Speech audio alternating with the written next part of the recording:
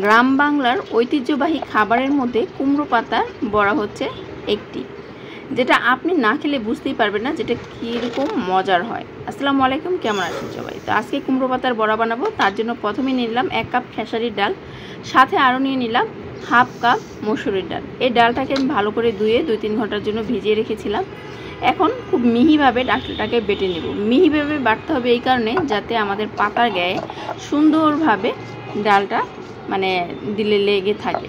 তো আমি একবার বেটে নিলাম, তারপর হচ্ছে এটাকে আরেকটা বাটা দিয়ে নিছি। এখন হচ্ছে একটু পেঁয়াজ, কাঁচামরিচ আর হচ্ছে রসুন বেটে নেব। তো আমি প্রথমে পেঁয়াজ আর কাঁচামরিচগুলোকে বেটে নিলাম, তারপর হচ্ছে 3 কোয়া রসুন দিয়ে দিলাম। রসুনটাকেও সুন্দরভাবে বেটে নেব পেঁয়াজ আর মরিচের সাথে।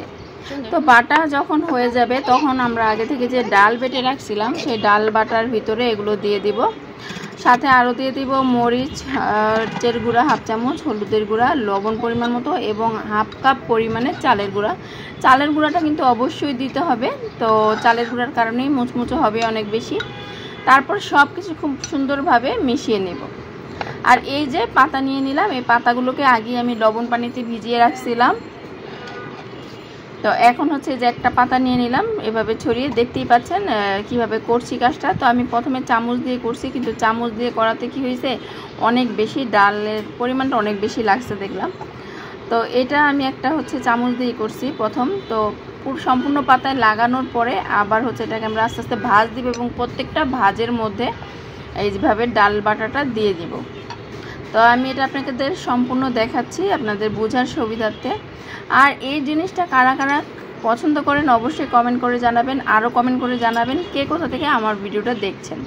তো এই যে শেষ লেয়ার এটার মধ্যেও আমরা দিব এবং এর ব্যাক সাইডেও কিন্তু দিয়ে নিব, চারিপাশে কোনো সাইড বাদ থাকবে না, প্রত্যেকটা সাইডে দিয়ে নিব। তো যাক, এটা শেষ হয়ে গেছে। এখন হচ্ছে আমি হাত দিয়ে একটা করে দেখাচ্ছি। আর আমি দেখলাম যে হাত দিয়ে লাগানোটাই সবচেয়ে ভালো, সুন্দরভাবে কম পরিমাণ মতো একেবারে পারফেক্টভাবে লাগছে ডালটা। তো এইভাবে ওই আগেরটার মতোই আমি চারিপাশে এপাশ ওপাশ করে চারিপাশে দিয়ে নিলাম।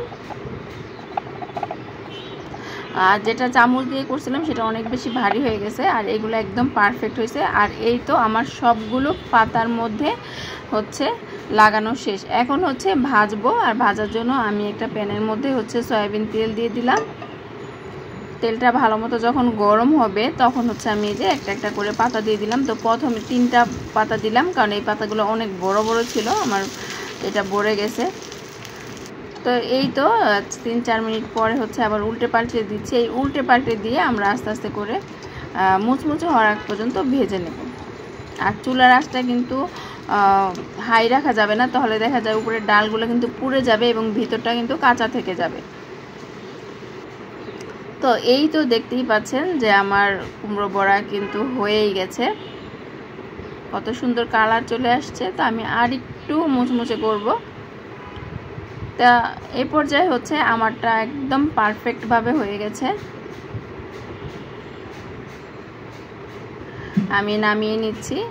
তার এই যে শব্দ শুনেই বুঝতে পাচ্ছেন যে এটা কতটা ক্রিস্পি হয়েছে। তো আপনারা কে কীভাবে এটা বানান অবশ্যই কমেন্ট করে জানাবেন। ভিডিওটা ভালো লাগলে আমার পেজের পাশে থাকবেন।